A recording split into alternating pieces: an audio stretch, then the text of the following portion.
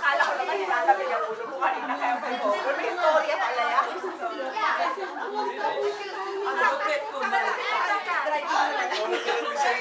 Ano po? Ha? Mga 11:10. Nagulat na lang. Kasi po, hindi nakita niya siya. Hindi. Surprise ka ba? Oo! Kasi tumalis kami 8 o'clock, 2 o'clock na kabata. Hello, how are you? Naanak? Walang kami sa baka nilagay ng bata. Pero pinagbigay ko lang ako sa hindi, lagot sila sa akin. Sa bukod, kakain tayo mula sa labas.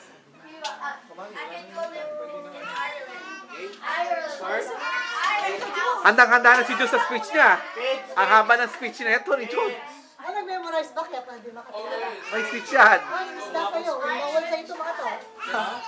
Oatmeal na yan. Ano gusto mo oatmeal flavor? Wala nang pinagbahan yung doktor eh.